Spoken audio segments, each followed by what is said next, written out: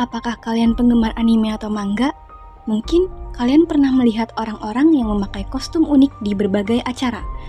Budaya populer di Jepangan seperti anime dan manga telah melahirkan fenomena cosplay yang melibatkan para penggemar yang dikenal sebagai cosplayer.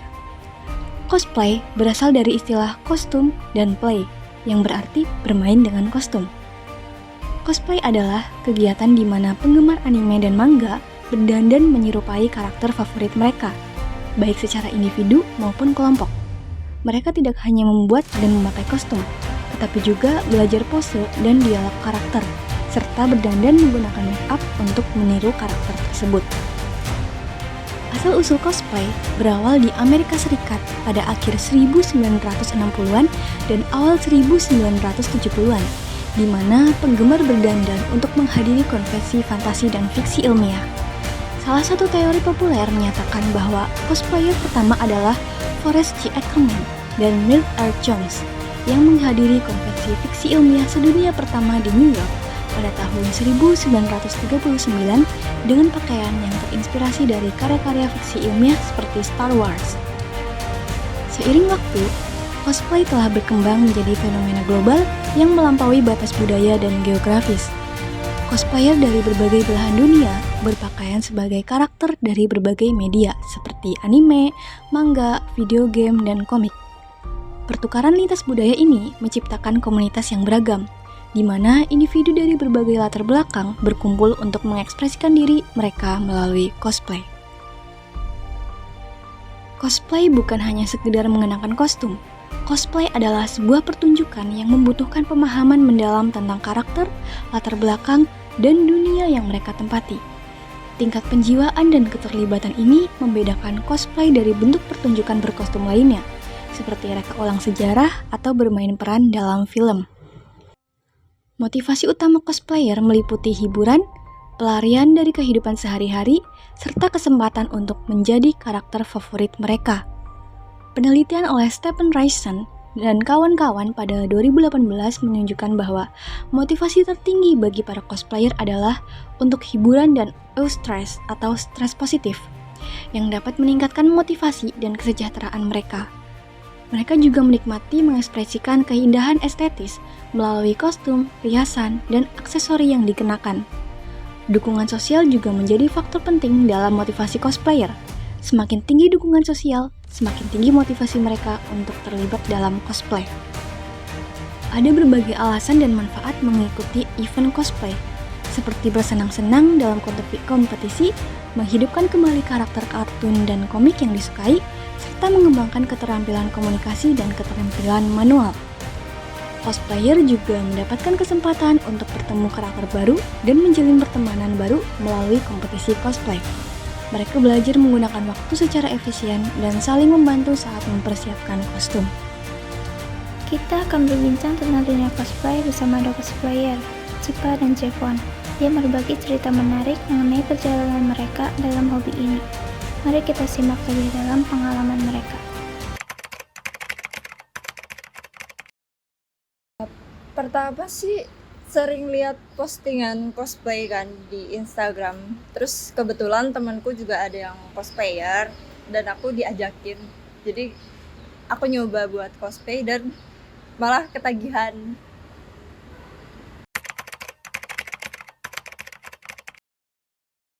Karakter pertama itu aku tahu dari Genshin Impact. Itu karena rekomendasi dari temen aku sih.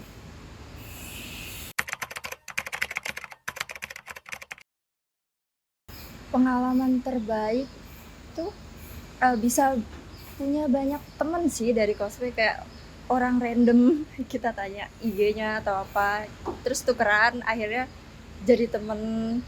Terus juga gimana ya, karena aku tuh cosplay for fun ya, jadi enjoy aja selama event itu.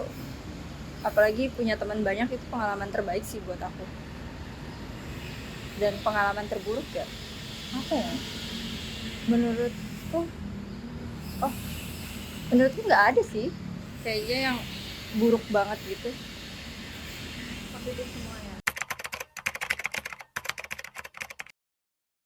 Atau nyaksiin ngalamin diskriminasi atau pelecehan di komunitas cosplay itu? Kalau ngalamin gak pernah. Coba kalau nyaksiin pernah. Itu lebih banyak atau gimana? Kayaknya 2 kali deh. Dan itu temen aku sendiri kan. Yang pertama tuh gara-gara dia dikerubungin gitu kan, di kerumunan, terus gak bisa keluar. Dan itu tuh ya entahlah, dia juga udah nangis-nangis kayak ya mungkin tersentuh-sentuh atau gimana karena crowded banget kan. Terus juga pernah juga temenku ada yang dimintain foto dengan pose yang tidak senonoh. Sebenarnya kalau dilihat secara langsung kayak oh ya udah gitu, posenya yang nggak gimana-gimana, tapi tuh ada meme gitu loh, meme jorok gitu. Jadi menurut aku kayak nggak banget, apalagi itu sesama cosplayer lagi yang minta foto, kayak nggak etis.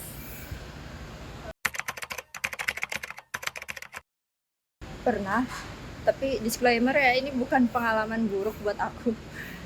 Jadi kayak aku menghadapinya ya biasa aja. Itu tuh sebenarnya lebih karena aku kan awal-awal pernah sempet beberapa kali ya, 4 kali, sekitar 4 kali itu cosplay cewek. Tapi banyak yang bilang kayak oh terlalu ini, terlalu itu, nggak cocok bodinya, atau terlalu tepos lah, kita bilang terlalu tepos atau apa, yang membuat aku kena mental. Untuk kesehatan mental itu sangat sangat mempengaruhi banget sih. Aku tuh waktu awal kena mental banget, dan akhirnya aku arsipin postingannya sampai sekarang. Tapi aku jadikan itu buat apa ya, sesuatu hal yang mendevelop diri aku buat mengembangkan cosplayku untuk kedepannya. Jadilah aku mencoba, kalau nggak ada itu aku nggak mungkin mencoba ke genre baru, yaitu cross gender cosplay kan. Kayak gitu atau temennya gitu. Awalnya dari keluarga tahu ya, karena aku beli kostum juga pasti keluarga tahu gitu. Pengirimannya kan pasti ke rumah. Jadi tahu ini buat apa. Gitu. Dari teman-teman ya juga beberapa udah tahu, ada yang belum tahu juga sih. Nah, pandangan dari keluarga atau temannya gitu gimana ya? Dengan cosplay itu? Pandangan pertama dari keluarga sih dibilang aneh ya, karena apa sih kayak gitu pakai kostum, pakai wig, apalagi wignya Kazuha itu kan putih ya, kayak dibilang siluman malah. Kalau dari teman gitu nggak ada? Kalau dari temen sih paling cuma diketawain aja, tapi habis itu ya udah gitu, berjalan aja. Nah, ya gitu berarti kan diketawain, itu maksudnya kritik gitu kan? Berarti bodo amat aja. Bodoh amat, ikut ketawa juga nggak apa-apa.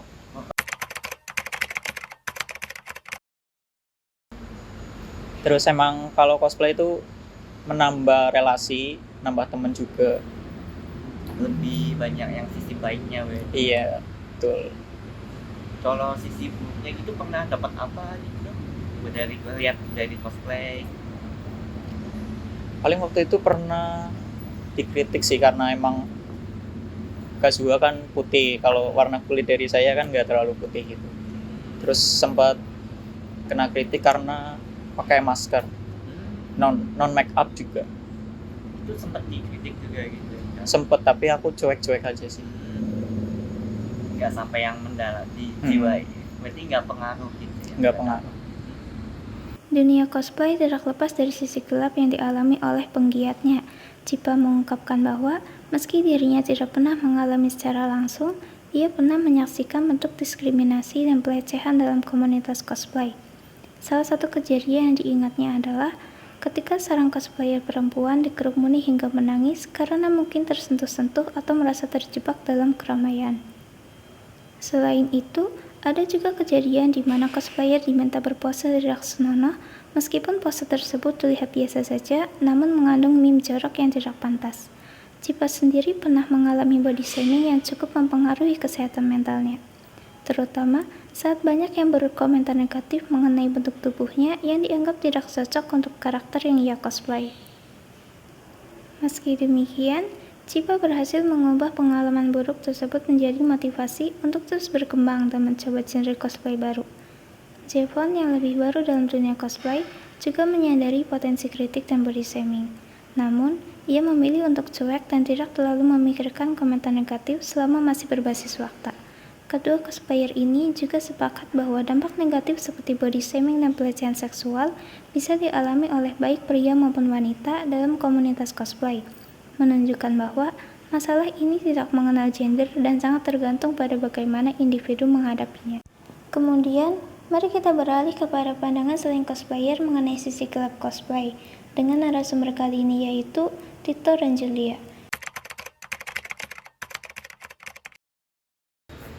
Cosplayer sendiri paham, cosplayer sendiri tuh kalau menurut saya tuh orang yang menggunakan kostum itu, yang punya hobi untuk pakai kostum, ikut lomba, atau cuman sekedar ya hobi tadi itu cuman pengen pakai-pakai aja, cosplayer seperti itu.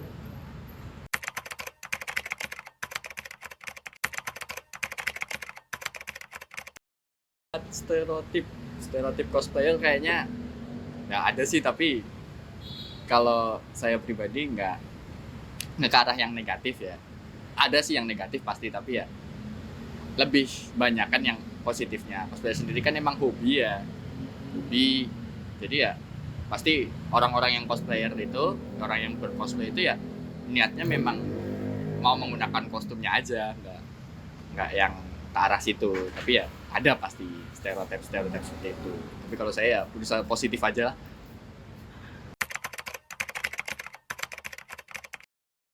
Sebelumnya sih nggak pernah kepikiran. Tapi akhir-akhir ini kok nggak tahu kenapa pengen nyoba cosplay gitu. Mungkin karena awalnya kan emang nggak mau ya, karena kurang tertarik dengan hal seperti itu. Saya cuma tahu aja, nggak tertarik, nggak mau terjun ke bidang itu. Tapi kan sekarang udah banyak event-event yang ke arah Jepangan, yang cosplay, banyak dari karakter berbagai macam. Terus setiap datang ke event tuh kayak kok seru gitu, pakai kostum-kostum kayak gitu. Bukan untuk lomba sebenarnya, cuman kayak ya nyoba lah, kayak coba rasanya gimana sih pakai kostum yang menyerupai seperti di sebuah film anime game.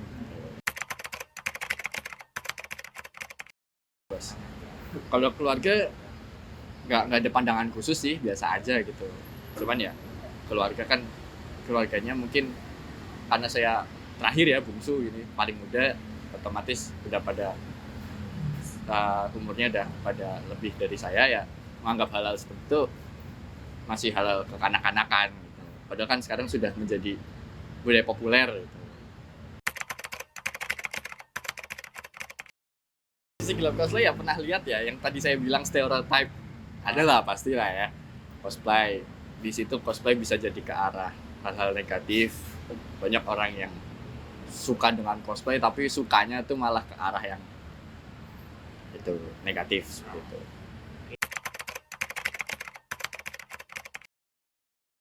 Pendapat tertentu, kalau saya sih sebenarnya tipe yang cuek lah, ya udahlah gitu. Saya juga kalau misalnya ya sekarang kan namanya media sosial udah banyak masuk, nggak bisa difilter kan. Kadang kalau misalnya lagi scroll IG tiba-tiba ada cosplayer yang ke arah negatif, kayak oh ya udah cuma sebatas lewat aja gitu. Kalau menurut aku sih cosplay itu orang-orang yang mau menyamakan dirinya berdandan dan juga memakai properti mungkin dari kostum segala macam sama dengan karakter-karakter di kartun atau mungkin di anime atau mungkin di komik-komik juga gitu.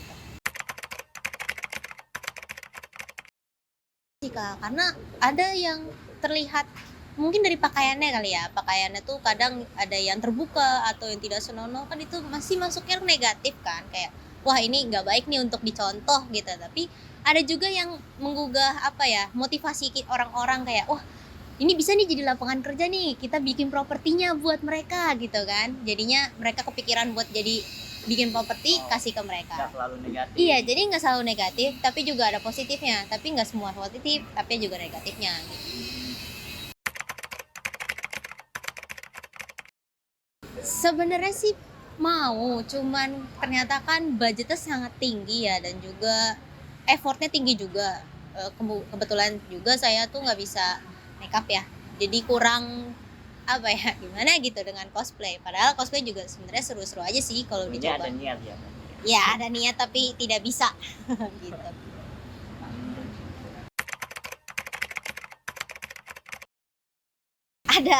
Ada banget. Kadang dulu waktu sebelum masuk Sajep, orang-orang pun pasti langsung kayak mau masuk Sajep bilangnya, oh kamu mau jadi lulusan wibu ya. Wibu kan sekarang sangat stereotip yang jelek ya, apalagi di Jakarta. Wibu itu terpandang yang paling jelek karena dipandang yang aneh lah gitu. Jadi berbau negatif, padahal wibu itu sebenarnya tidak senegatif itu juga gitu. Jadi ada beberapa kalangan yang bilang itu sangat negatif, tapi pas ketika masuk ke beberapa komunitas atau mungkin ke suatu kalangan lagi bisa dibilang positif juga. Sebenarnya pernah, karena temen sendiri kan cosplayer, jadi mereka tuh sering cerita kayak ini loh, ternyata cosplay tuh kadang suka ya ada juga yang dilecehkan lah atau bagaimana itu karena kostum-kostumnya mungkin malah yang kostumnya justru lebih alim, maksudnya lebih tertutup, bisa kena juga gitu. Jadi nggak menutup kemungkinan sih mereka kalau bisa dibilang positif, yang negatif juga tetap banyak sih, tergantung komunitas. Tetap banyak gitu ya. Tetap banyak, hitungannya tetap banyak karena walaupun dibilang ini komunitas paling aman, tapi nyatanya juga tetap aja ada gitu, satu dua hal. Enggak sih, alhamdulillah nggak pernah. Paling lihat cerita aja atau dengar gitu, nggak pernah yang langsung. Cerita dari internet. Iya, kayak tadi paling TikTok kan suka banyak tuh yang drama perselingkuhan cosplayer. Nah, itu kan dari TikTok dilihat gitu kan. Dan Julia mengungkapkan beberapa realita yang mengkhawatirkan mengenai cosplay. Tito mengakui bahwa di media sosial seringkali muncul konten cosplay yang mengarah pada hal-hal negatif. Meski ia memilih untuk tidak terlalu memperhatikan bersikap cuek, fenomena ini tetap menjadi masalah yang tidak bisa diabaikan. Julia juga menambahkan, pelecehan adalah isu nyata dalam komunitas cosplay.